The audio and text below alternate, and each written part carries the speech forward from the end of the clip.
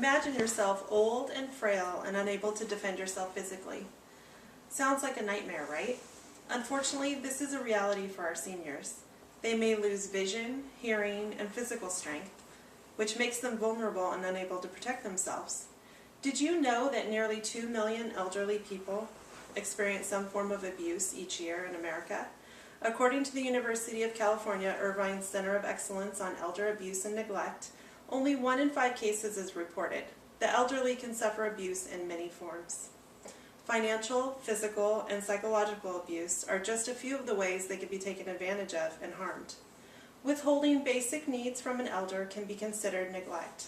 Emotional abuse and sexual abuse are included in a definition of elder abuse. Unfortunately, many abusers are family members, like spouses, professionals, and caretakers. Abuse of these seniors can happen in many places, like nursing homes, personal homes, and even institutions. Older elders who suffer from dementia are at a higher risk than those without. Because older people suffer a diminished physical capacity, they can be physically forced to do things or injured more easily. Another threat is one of being exploited. Fraud, theft, and abuse of authority can force an elderly person to lose control of their money or property to an abuser.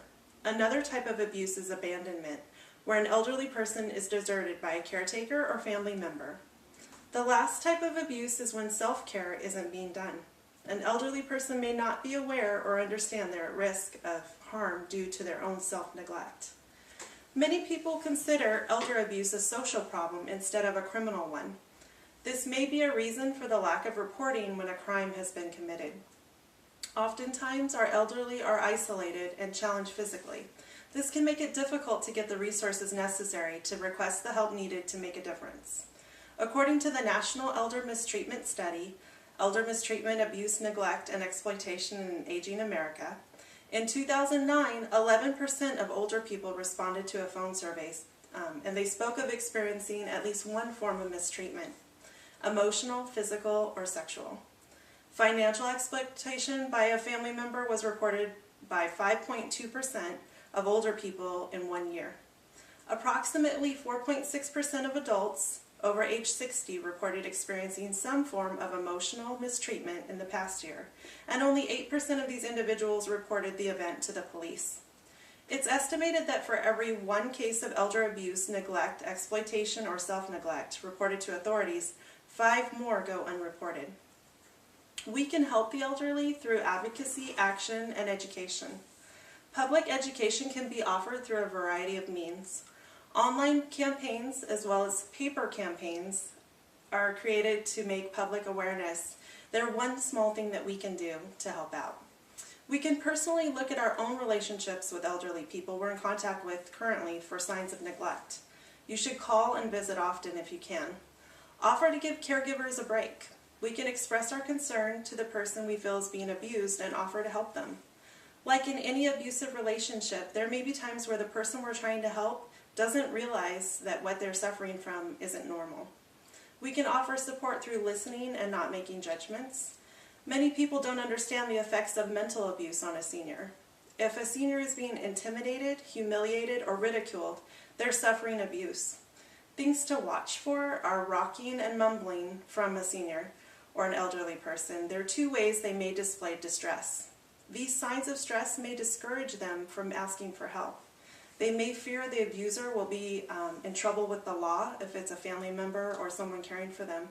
They may also fear that they're not going to get the necessary care they need, and they might even blame themselves. Those are reasons for not making contact. Just because a person is physically frail due to the effects of aging, it doesn't mean that we as a society can stand by and watch them be taken for granted. Any type of abuse is not acceptable. Everyone ages, and eventually those who abuse the elderly will find themselves in the same stage of life, relying on others for help and support. We can advocate for seniors and take action. We must report suspected abuse to law enforcement or the local adult protective services. If we want abuse to stop for this population, we will need to start taking action. You can take notes about what you see is happening or notice to keep an eye on the situation. Signs to look for are changes in personality, physical marks, changes in financial situations. You might even notice arguments between caregivers and seniors. You should seek out sources of support for them. There are many programs like Meals on Wheels, transportation programs, and senior centers that provide services that can help elders in difficult situations. Another action that we can take is to volunteer for programs that support seniors in our areas. We can help the affected person come up with a plan to make positive changes in their lives. You can encourage them to speak to a doctor, a friend, a family member, or anyone that they trust. There are domestic violence hotlines that can offer helpful advice as well. The National Center for Elder Abuse offers fact sheets and other tools to help organizations raise awareness for elder abuse. The good news is you don't have to make any judgment calls yourself. It's not up to you to verify if abuse is occurring, but reporting it is imperative. Take the time and energy to help any elderly person you feel may be suffering from one of the types of abuse you've learned about today. Do not think that it's not your problem, because if you overlook elderly abuse, and others do too, we're all doing a disservice to those who may be in need of our help. They might be too scared or confused to ask for help. Not only do the elderly deserve our respect for their wisdom, experience, and knowledge, they deserve our support. So stand up for elders in need. Don't stand idle while a member of our community is being abused. With these tips and tools, you personally can make a difference through advocacy, education, and action.